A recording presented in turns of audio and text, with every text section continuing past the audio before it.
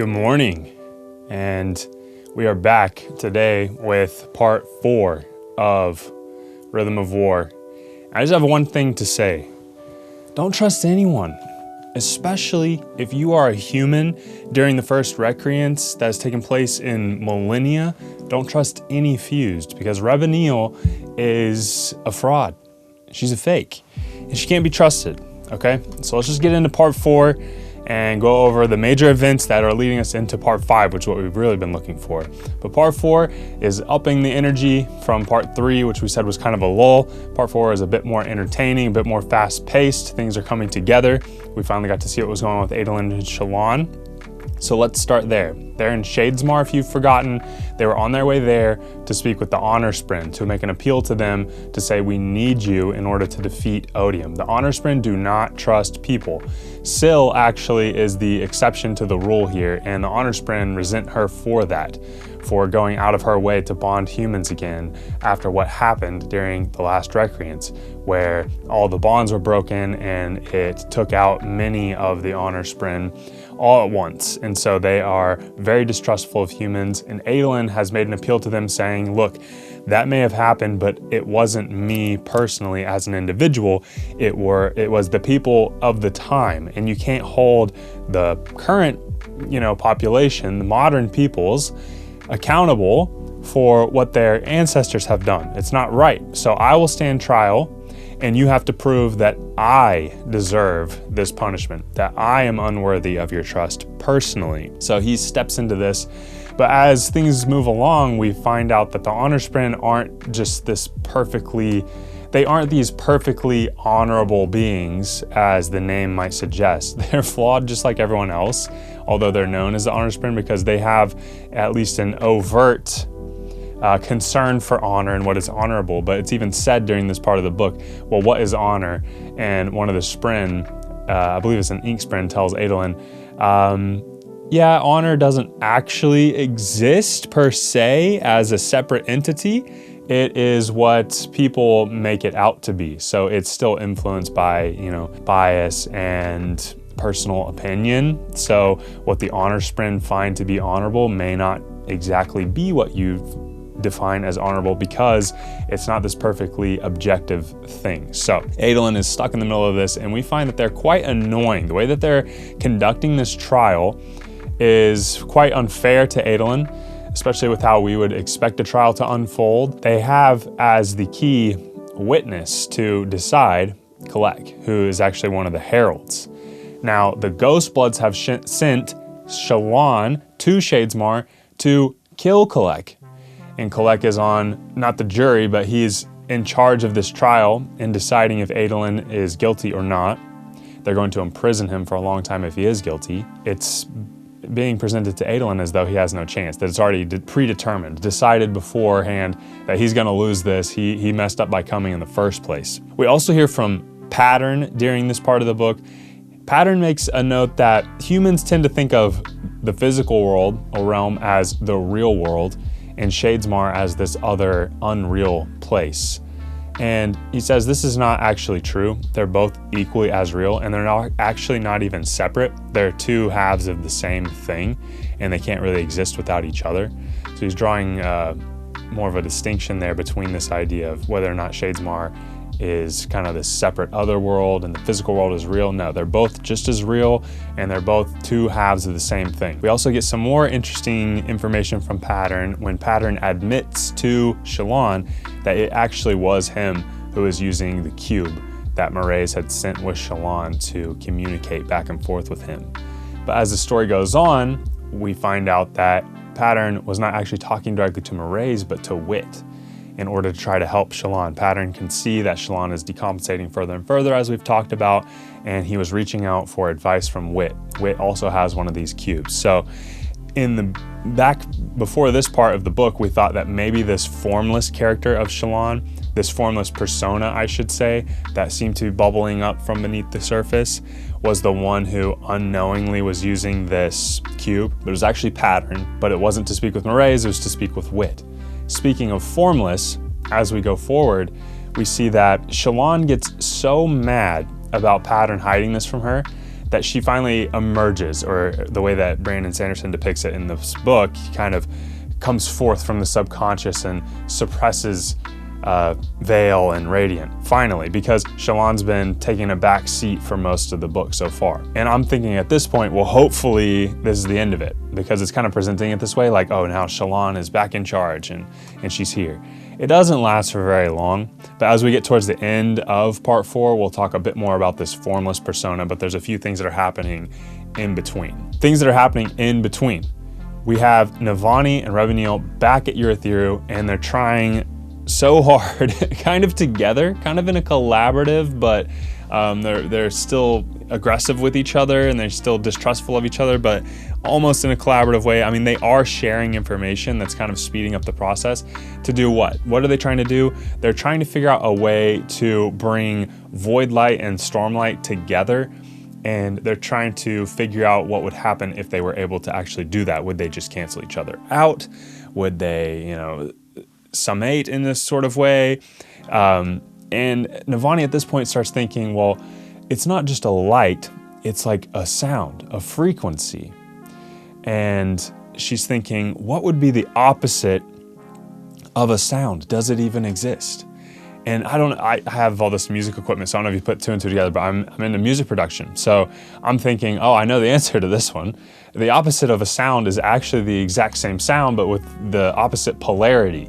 If you have a sine wave where the peaks and troughs are like this, and you have another sine wave that's the exact same thing, but you phase shift it by halfway, then the peaks and troughs will be perfectly opposite of each other, and sound actually sums together. So the sum of plus 100 and negative 100 would just be 0. You'd have perfect silence. So I'm thinking, oh, I know this one. I wonder if Navani's gonna figure it out. She does, painstakingly. She spends all this time drawing a bow across a plate, which you can actually do this, and you can see the resulting patterns in like sand, if that's on top of the plate, that comes from the frequencies, the vibrations of the sound. This was talked about way back in this same series, actually. This idea was brought up, kind of foreshadowed for this part of the story, but regardless, Navani finally figures this out. She says, yes, the opposite of a sound would be essentially the same exact sound, but with opposite polarity. She's studying, she figures this out, she figures out how to replicate it with the bow, and Revanil comes in about this time. Navani tries to hide her discovery from Revanil, but Revanil's too smart and she's been spying on Navani the whole time anyway. So she figures out what it is. She takes Navani's notebook. She says, okay, you can draw out Void Light by using this technique, and they draw it out into one of these special blades, and Revanil promptly goes and stabs her daughter through the chest, killing her, then starts crying, holding her, rocking her back and forth in agony. And Navani's like, oh my gosh, I have a quote here, actually, I'll pull up. Navani says, this is why. Your God hinted that anti-void light was possible, and you suspected what it would do. You captured the tower, you imprisoned and pushed me, and possibly delayed the corruption of the sibling, because you hoped to find this anti-void light, not because you wanted a weapon against odium, but to show mercy to your own daughter. And Revanil's like, yes, my daughter keeps getting reborn in this painful cycle of rebirth. This is like, I wanted her to finally reach Buddha's nirvana, finally be set free.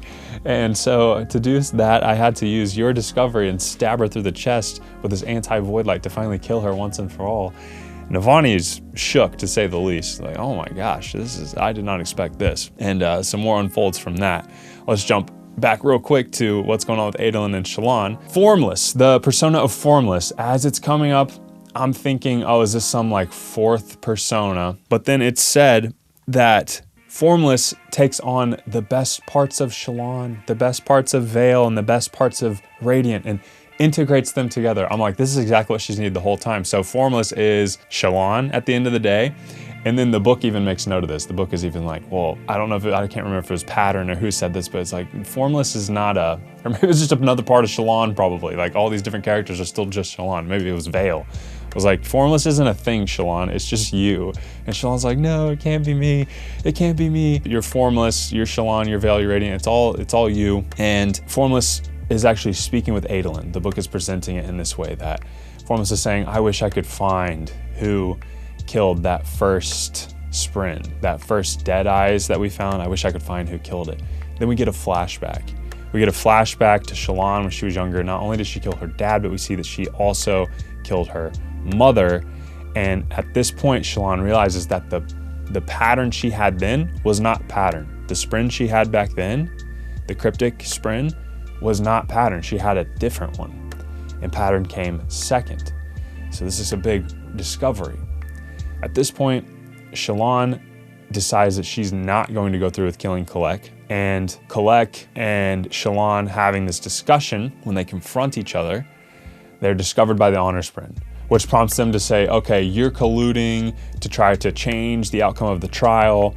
So they take Kalek off of the trial and they bring in Adolin's Deadeye Spren, Maya. They bring her in to stand trial, and they're just antagonizing Maya over and over and over again on the stand. Maya can't speak. That's kind of like the whole point, the whole thing. Her voice is gone. And they're constantly berating Adolin in front of Maya. So they're doing all this, and they just keep using her anguish as proof that, yeah, this is because she pretty much hates you, Adolin. And Adolin's like, just leave her alone.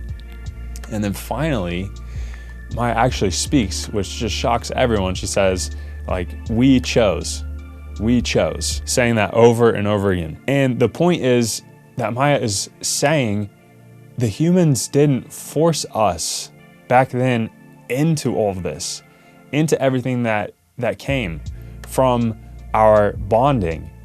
They didn't force us into this. We chose to bond with them. And this negative outcome still happened. And it's also unclear at this point why it exactly happened. So maybe it wasn't so much the fault of the humans or the Spren. Maybe it was a culmination of different things that we don't fully understand yet. But the fact remains that they chose to bond with humans just as much as the humans chose to go along bonding with them. And Maya is pointing this out. We're trying to put all the blame on the humans, but we played just as much of a part in what took place. So this shocks everyone, the fact that she even spoke at all. We saw this coming because Adolin just would not give up on her. And they pretty much end the trial at that point. Adolin is good to go. He wants to use the Oathgate to get back to Urithiru, I presume. And they are like kind of ready to get out of Shadesmar at this point, understandably. All right, back with Navani and Rebaniel to wrap it up. We see that Rebaniel has killed her daughter now, and then she dispenses with Navani, takes her notebook, and says, I'm gonna use this to create not anti-void light, like Navani had just done, but anti-storm light. And Navani's like, all the pieces of the puzzle are coming together in her mind at that point. She's like, oh no. Rebaniel says, I'm gonna create anti-storm light, and I'm gonna use it to once and for all kill all the Radiants that are incapacitated in this tower right now. That's been her plan all along. And so throughout part 4, they were having these moments of collaboration, these moments of kind of building some rapport, maybe building some trust, and you start to think, maybe the destruction of each other is not really what they want. Maybe they can find a way out of this. And then right at the end of part 4, we get this incredible reveal of the deception from Rebaniel and the betrayal of Navani's trust. She used Navani, who is finally starting to understand that maybe she is a scholar after all. She's making all these incredible discoveries. She uses Navani to make this discovery so that she can then kill all the Radiants in the tower. But Lift has the ability to keep Radiants, not to keep them from becoming incapacitated, but to wake them up rather. She has to keep healing them every so often, like every 10 hours or so, to keep them awake. But she was able to wake up Teft. She was able to heal Kaladin during part 4. So we can see, the writing on the walls here, Taravangian style, that fight is coming right as we enter part 5 of Rhythm of War. And I'm ready for it. I always enjoy the ends of these books where everything's coming together and we get so much action. And this has been a great book so far. Maybe my favorite of the series so far, actually. So I'm super excited for part 5. So if you want to stick around for that video, be sure to subscribe to this channel. Like this video if you enjoyed this discussion of part 4. And I look forward to seeing you in the next one. Thanks for your time. As always, have a great day.